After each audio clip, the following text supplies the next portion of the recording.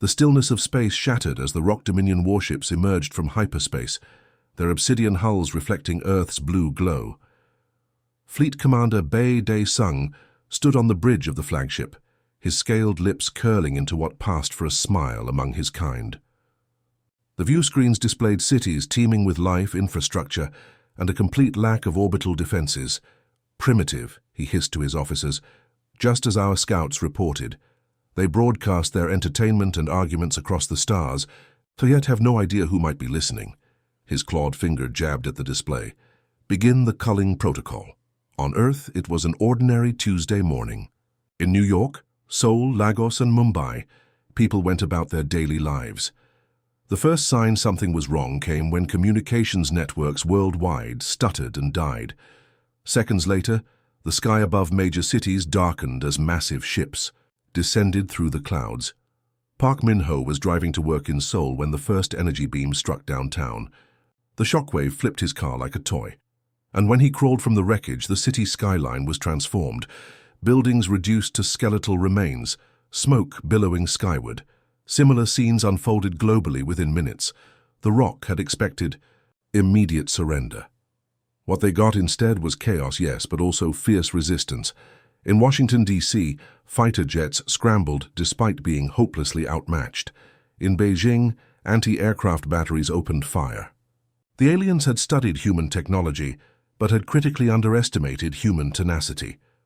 Deep beneath the lunar surface, Admiral Han Sunmi felt the floor shake as another impact struck the surface above. The lunar defense base had been built, in secret by a coalition of nations. A fail-safe never meant to be used. Now it was humanity's last command center. "They missed us," reported Lieutenant Choi Yun-woo, her face illuminated by emergency lighting. "They don't know we're here." Admiral Han stared at the tactical display showing Earth under siege. Her home in Busan was likely gone. She pushed the thought away. "What's our status?" she demanded.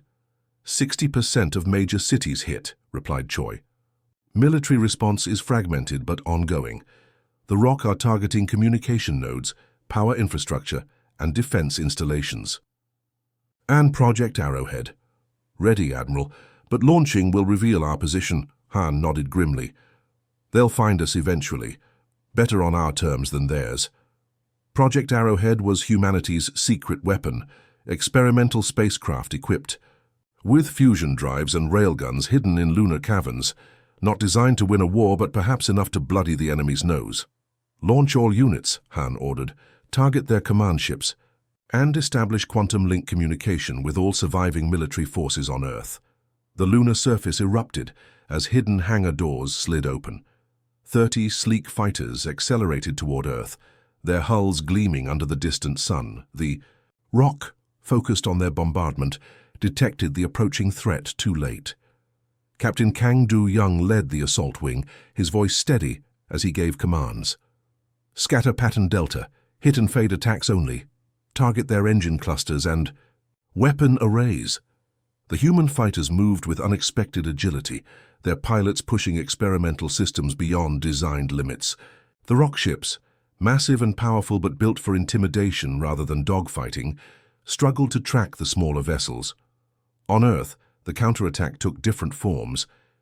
In the ruins of Rio de Janeiro, soldiers ambushed Rock ground forces with jury-rigged EMP devices. In the skies over Europe, remaining air forces launched everything they had. Most were shot down, but not all. Admiral Han watched the tactical display with grim satisfaction as the first Rock destroyer listed in orbit, crippled by Captain Kang's squadron. It wouldn't be enough, but it was something. "Open a channel to all Earth forces," she ordered. "Authentication code Phoenix." Across the planet, commanders received her message through the quantum link, unblockable by the Rock jammers. Her plan was desperate. Coordinate all remaining forces for simultaneous strikes on the largest Rock vessels. The aliens, meanwhile, had discovered the lunar base. 3 warships broke from Earth orbit, weapons charging. "They're coming," warned Lieutenant Choi. Han nodded. "Begin evacuation to secondary facility and activate the gravity well generator." The generator, another experimental technology, created a localized distortion that played havoc with the Rock navigation systems. The approaching warships suddenly found themselves fighting to maintain course. On Earth, the synchronized counterattack began. In orbit, Captain Kang's depleted squadron targeted a single rock flagship. From the ground, remaining missile batteries launched everything they had. The combined assault overwhelmed the alien vessel's defenses. Its atmosphere vented into space as it broke apart. Fleet Commander Bei Dae-sung watched in disbelief as one of his command ships disintegrated. Reports flooded in, unexpected resistance worldwide, unacceptable losses, strange energy readings. From Earth's moon. This was supposed to be an easy conquest, a stepping stone to more valuable systems. "Regroup the fleet," he commanded. "We will withdraw to safe distance and reassess." As the rock ships pulled back from Earth orbit, Admiral Han received the news with cautious relief. The lunar base had been hit hard, but the secondary command center remained intact. Earth was burning, millions dead, but humanity still stood. "They'll be back," she told her officers as they surveyed the damage reports. This was just their first wave. Lieutenant Choi looked up from her console. "What do we do now, Admiral?" Han's eyes hardened as she watched the rock fleet retreat. "Now, we prepare. We salvage their technology. We learn their weaknesses. And, when they return, we show them that humans don't break easily." In the void of space, the rock battleships vanished into hyperspace, carrying news of an unexpectedly difficult conquest. They would return with a larger force, confident in their technological superiority. But they failed to understand what they had done. They hadn't merely attacked a planet. They had awakened a sleeping giant. Dr. Kim Tae-ho hadn't slept properly in weeks. The light in his underground laboratory flickered occasionally. Power still wasn't completely stable 6 months after the attack. He rubbed his bloodshot eyes and focused again on the alien device before him. The captured rock communication module pulsed with an eerie blue glow that cast shadows across the concrete walls. "You said you had something," said a voice behind him. General Song Min-jae stood in the doorway, his uniform crisp despite the circumstances. Like everyone else, dark circles rimmed his eyes. "I do," Kim replied, gesturing to the holographic display hovering above his workstation. "Their faster-than-light communication doesn't use quantum entanglement like we theorized. It's based on something they call void resonance. Essentially, they're manipulating dark energy to create communication channels across vast distances." The general stepped closer. "And you can access this network?" Kim allowed himself a small smile. "Better. We can eavesdrop without them knowing we're listening." This breakthrough hadn't come easily. For months, teams worldwide had worked frantically to understand the technology salvaged from downed rock vessels. The newly formed Emergency Planetary Defense Council had eliminated bureaucratic barriers, pooling humanity's intellectual resources. Scientists shared data instantly, patents were temporarily suspended, and rivals became collaborators. Under the ravaged landscape of what was once downtown Tokyo, engineers were already mass-producing weapons based on reverse-engineered rock technology. Similar facilities operated beneath the ruins of Berlin, Cairo, and São Paulo. The remaining satellites had been retrofitted with alien shielding. On Mars, the small research colony had been converted into a backup command center. Humanity's insurance policy. "Can you show me how it works?" asked the general. Kim nodded and activated the device. The holographic display shifted, showing streams of data in the alien's angular script, alongside the translation algorithm his team had developed. Most messages were military communications, deployment orders, resource allocations, repair schedules. "Here," Kim pointed to a particular data stream. "This is high-priority traffic from what appears to be their war council." The translation was incomplete but unmistakable. A second fleet, 3 times larger than the first, was being assembled. The Rock were coming back to finish what they started. Within hours, the Emergency Planetary Defense Council had convened in their underground headquarters beneath the Swiss Alps. Representatives from every surviving nation sat around the circular table, faces grim in the harsh lighting. Admiral Han Sunmi, now the head of Earth's unified military forces, stood at the center. "The intelligence is confirmed," she said, her voice steady. "We have approximately 2 months before their main invasion force arrives. This time they won't underestimate us. Around the table, expressions hardened, but nobody showed panic. Fear had burned away in the first attacks, replaced by cold resolve. "What's our defensive capability?" asked Councillor Nwosu from the African Alliance. "Improved but insufficient," Admiral Han replied honestly. "We've integrated rock technology into our weapons systems and have orbital platforms operational again. Our pilots are training with retrofitted aircraft that can now enter low orbit, but their numbers and technology still overwhelm us in direct confrontation." "Then we don't confront them directly," said a quiet voice from the end of the table. All eyes turned to Chief Strategist Lee Jun-ho, a former chess champion who'd lost his family in the Seoul attack. His tactical brilliance had already saved countless lives during the initial invasion. "The Phoenix Protocol," he said, activating the table's display. "Named after the mythical bird that rises from its own ashes, stronger than before."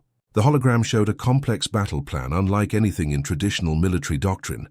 It was asymmetric warfare on a planetary scale, using the rock's own strengths against them. "We can't match their firepower," Lee continued, "so we won't try. Instead, we use what they don't expect. Humanity's greatest strength has always been our adaptability." The plan was indeed audacious. Rather than concentrating defenses around remaining cities, they would create the illusion of stronger resistance than actually existed, using holographic projections and automated defense systems to draw rock forces into elaborate traps.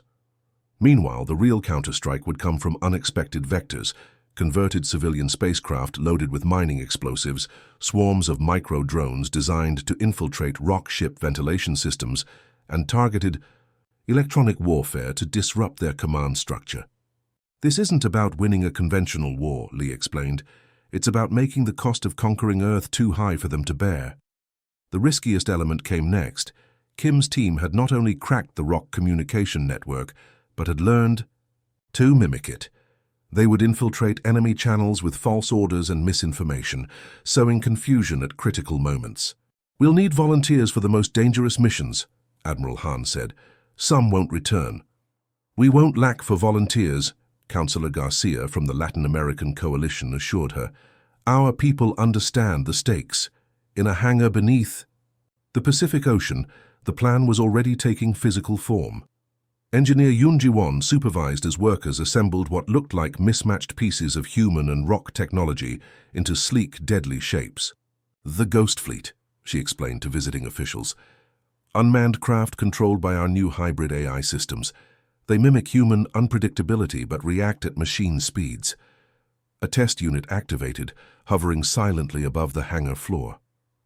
Its surface rippled, adaptive camouflage rendering it nearly invisible. Meanwhile, at a training facility in the Himalayan mountains, the first human pilots were learning to use neural interfaces salvaged from rock fighter craft.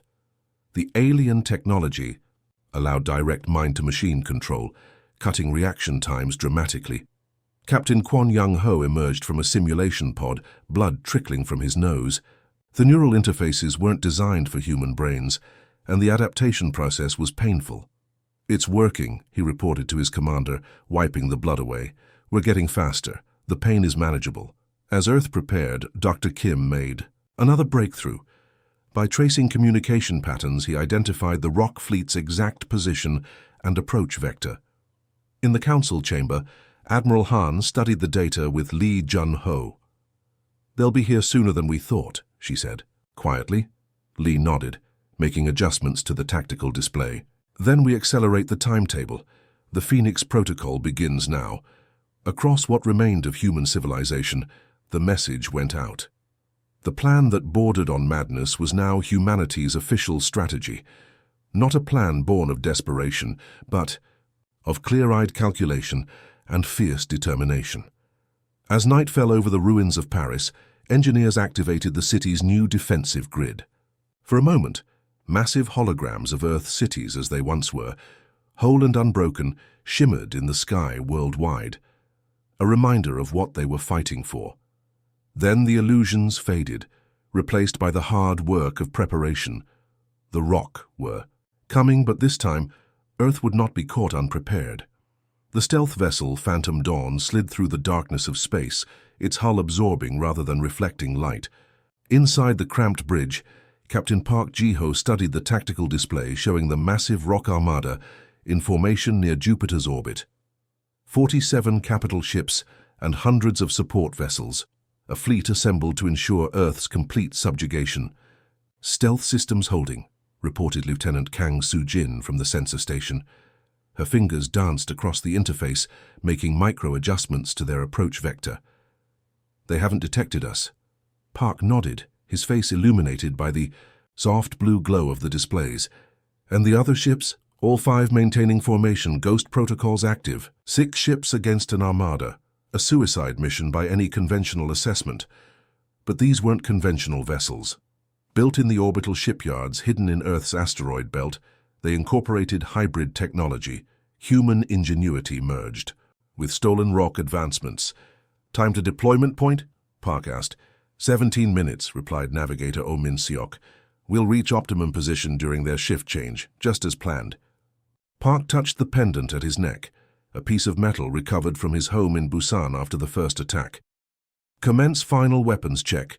Prepare deployment sequences." In the ship's cargo bay, engineer Jang Hee-won made final adjustments to what the team had nicknamed Stingers, cylindrical devices barely larger than a human arm. Each contained a neural disruptor that exploited a critical vulnerability in rock shield harmonics discovered by Dr. Kim's research team. "Ready to deploy all packages," she reported through the comm. "Targeting solutions loaded." Back on Earth, Admiral Han Sunmi watched the operation unfold from the Global Defense Command, buried deep beneath the Andes Mountains.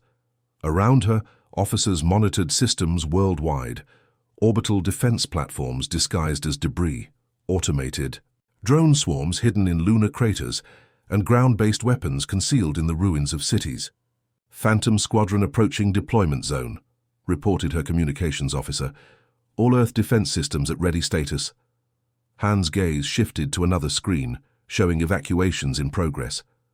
Across the planet, civilian populations moved into hardened underground complexes, repurposed mines, expanded subway systems, and purpose-built bunkers.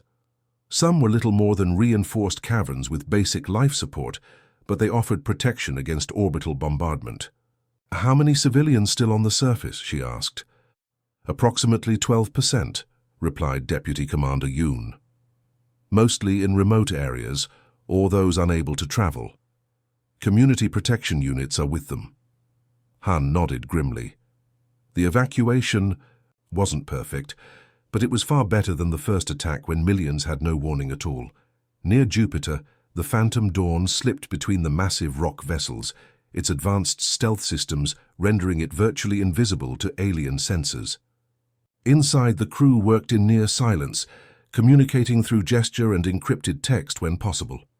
"We're in position," Navigator O whispered, though there was no logical reason to lower his voice in the vacuum of space. Captain Park gave the signal. "Deploy Stingers. All ships execute on my mark." Across all 6 stealth vessels, launch tubes opened silently. The Stingers, each programmed with a specific target, shot outward on cold propellant that left no heat signature. "Weapons away," confirmed Lieutenant Kang. "Impact in 3, 2, 1. Simultaneously, 42 Stingers attached themselves to the hulls of rock vessels, boring through external plating with molecular drills. Once anchored, they activated. For a moment, nothing happened.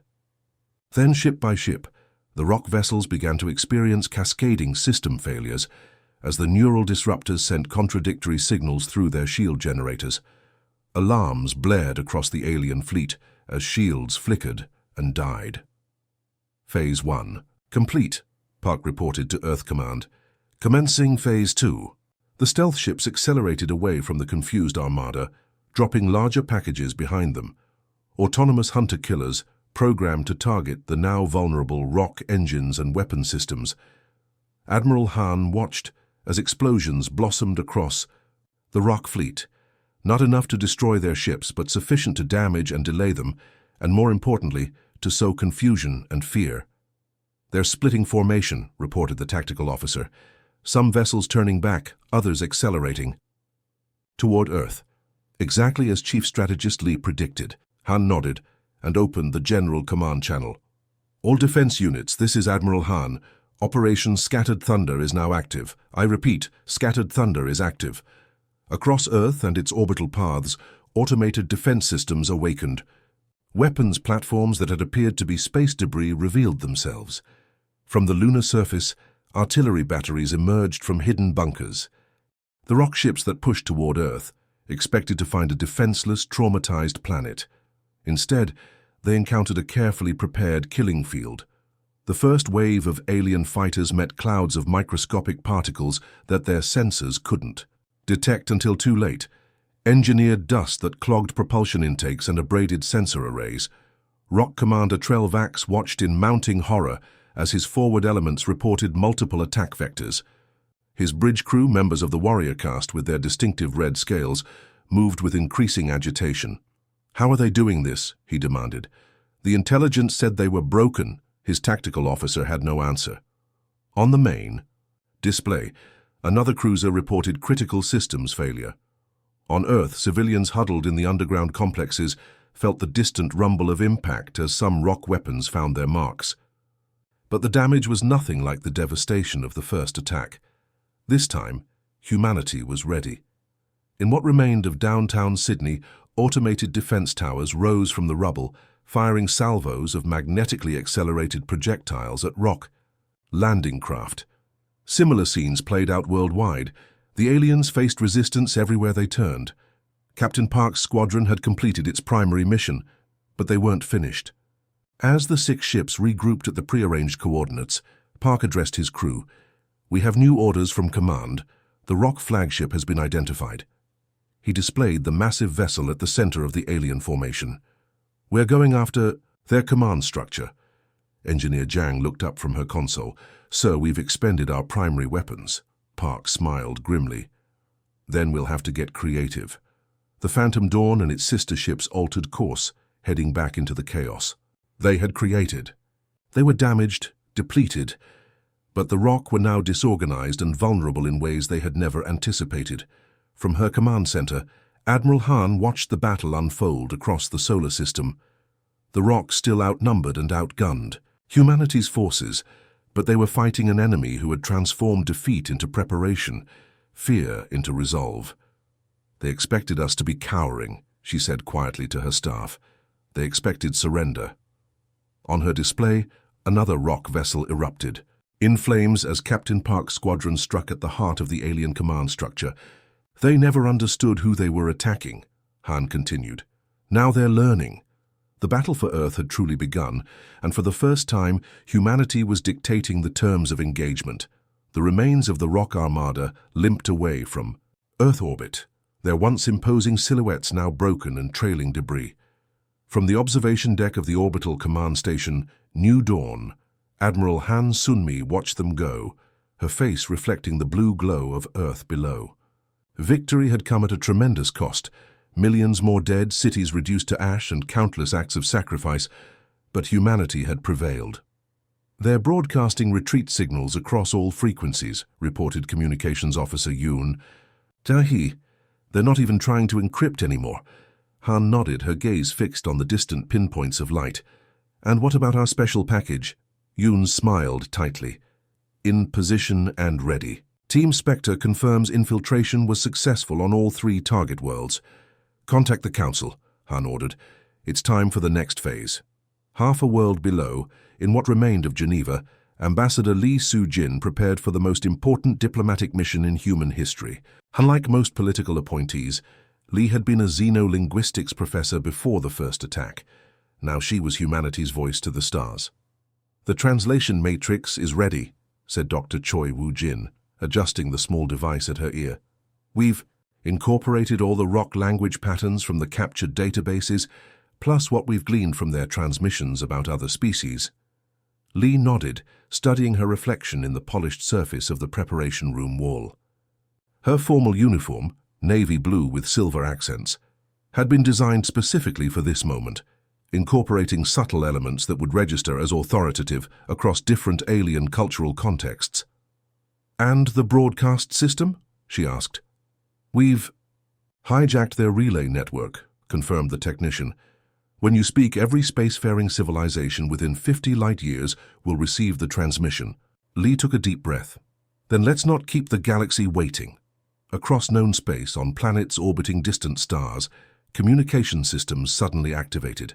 Screens displayed an unfamiliar symbol, a phoenix rising from a stylized Earth, followed by footage of the recent battle. The images were edited for maximum impact, rock ships exploding, Earth's innovative defenses deploying, and finally the alien retreat. Then Ambassador Lee appeared, standing before a simple backdrop that showed Earth from orbit. I address the civilizations of the galaxy as a representative of humanity, she began, her words automatically translated into dozens of alien languages. Until recently, we believed ourselves alone in the universe. That changed when the Rock Dominion attacked our world without provocation or warning. The transmission cut to footage of the devastation from the first attack. Cities in ruins, millions dead. Then back to Lee, her expression composed but resolute. We were unprepared. Then, we are not unprepared now. In the Grand Chamber of the Galactic Council, 18 different species watched the broadcast with varying degrees of shock and fascination. The Rock representatives, hulking reptilians with armored scales, hissed with rage. This transmission is unauthorized, protested the Rock ambassador. These primitives have no standing here. The council elder, a Mithran whose crystalline body structure shimmered under the chamber lights, raised a limb for silence. Yet they speak, and we shall listen. On screens throughout the chamber, Lee continued. We have learned that the Rock Dominion has been systematically conquering developing worlds across this sector, using the resources and enslaving populations. We have also learned that this council has turned a blind eye to these atrocities. Murmurs rippled through the assembly. The elder's crystal facets darkened, the Mithran equivalent of a frown. Today, humanity serves notice to the Rock Dominion and to this council. We will not be conquered. We will not be enslaved. We have survived the worst the Rock could unleash, and we have emerged stronger. The screens switched to a tactical display, showing a star map with dozens of worlds highlighted in red. We have identified every Rock homeworld colony and military installation, Lee continued. Our agents have already infiltrated key locations. The Rock ambassador lunged forward. Impossible. No species could... To demonstrate that this is not an empty threat, Lee interrupted. Observe the following. She nodded to someone off-screen. A moment later, the chamber's own sensors detected a massive energy spike from the direction of Rock Prime, the throne world of the Dominion. On the planet's surface, in the ceremonial plaza before the Emperor's citadel, a small device activated. The explosion was precisely calibrated, large enough to shatter the ancient stone monuments, but small enough to cause no casualties. A warning, not a slaughter. The Rock ambassador received the report on his personal communicator and sank back into his seat, scales pale with shock. That was one device on your most heavily guarded world, Lee continued. We could have placed it anywhere, your military command centers, your spawning pools, your atmospheric generators. We chose a symbolic target because humanity, despite what we have suffered, still distinguishes between combatants and civilians. In orbit around Earth, Dr. Kim Tae-ho monitored the galactic transmissions. They're reacting exactly as predicted, he reported to Admiral Han. The minor species are pulling their diplomats from Rock territories. Trade routes are being rerouted. They're isolating them, Han nodded with grim satisfaction. And the Council? In an emergency session, the Rock delegation is being questioned, aggressively by the others. Back in the Council chamber, Lee delivered humanity's final message. To the Rock Dominion, Earth is off limits. To any civilization considering us an easy target, reconsider. We now possess the technology to detect, intercept, and destroy any hostile force approaching our system. More importantly, we have proven we can reach you wherever you hide. And Mamnu paused, letting the implications sink in. But humanity does not seek war. We seek our rightful place among the stars. We offer friendship and cooperation to peaceful civilizations. The choice is yours. The transmission ended with a simple text message in every known galactic language. "Attack us again and be destroyed." In the silence that followed, the Council Elder turned to the Rock Ambassador. "It appears," the crystalline being said with the Mithran equivalent of dry humor, "that your primitive conquest has become considerably more complicated." Across the galaxy, civilizations that had never heard of humans began to take notice of the small blue planet in an unremarkable spiral arm. Some with fear, others with curiosity, but all with the sudden realization that a new power had emerged, one that had done what many thought impossible. It had beaten the Rock at their own game. Admiral Han Sunmi stood at the viewport of the UES Resilience, Earth's first true interstellar flagship. Before her stretched the vast shipyards orbiting Europa, Jupiter's ice-covered moon. Workers in E-Ho specialized suits moved like fireflies against the backdrop of massive construction projects. The skeletal frames of new vessels took shape, some designed for defense, others for exploration. "Quite a view, isn't it?" said a voice behind her. Han turned to see Captain Park Ji-ho, his face bearing new scars from the battle that had changed humanity's destiny. They had both lost friends, family, and a world they once knew, but they had gained something too, a future among the stars. "1 year ago we were fighting for survival," Han said, gesturing to the shipyards. "Now we're building vessels that can reach other solar systems." "The Rock didn't know what they were unleashing," Park replied with a grim smile. On a nearby construction platform, engineers attached the distinctive curved hull plates of a deep space exploration vessel. Its design incorporated both human ingenuity and reverse-engineered alien technology, a hybrid approach that had become Earth's signature innovation. Han's communicator chimed. "Admiral, the diplomatic shuttle is preparing to depart. Ambassador, Lee requests your presence for the treaty signing." "Tell her I'm on my way," Han replied. She gave the shipyards one last look, before following Park to the shuttle bay. The diplomatic vessel Olive Branch gleamed under the harsh lights of the launch bay, its hull decorated with the new Earth United insignia, a phoenix rising from a stylized globe. Inside, Ambassador Lee Soo-jin reviewed the final treaty terms with her team of advisors. "The Rock representatives have arrived at the neutral station," reported her aide. "They're not happy about the disarmament clauses." Lee nodded, unsurprised. "They're lucky we're allowing them to maintain any military presence at all. After what they did to Earth, many would have demanded their complete demilitarization." The treaty was indeed harsh. The Rock Dominion would surrender control of 12 conquered worlds, dismantle their long-range fleet, and pay reparations to Earth for the next 50 years. Most humiliating of all, they would acknowledge human representatives as their diplomatic equals, something the once arrogant species found almost unbearable.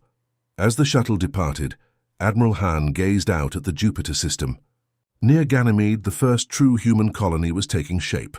Not a research outpost or military installation, but a self-sustaining settlement named New Hope.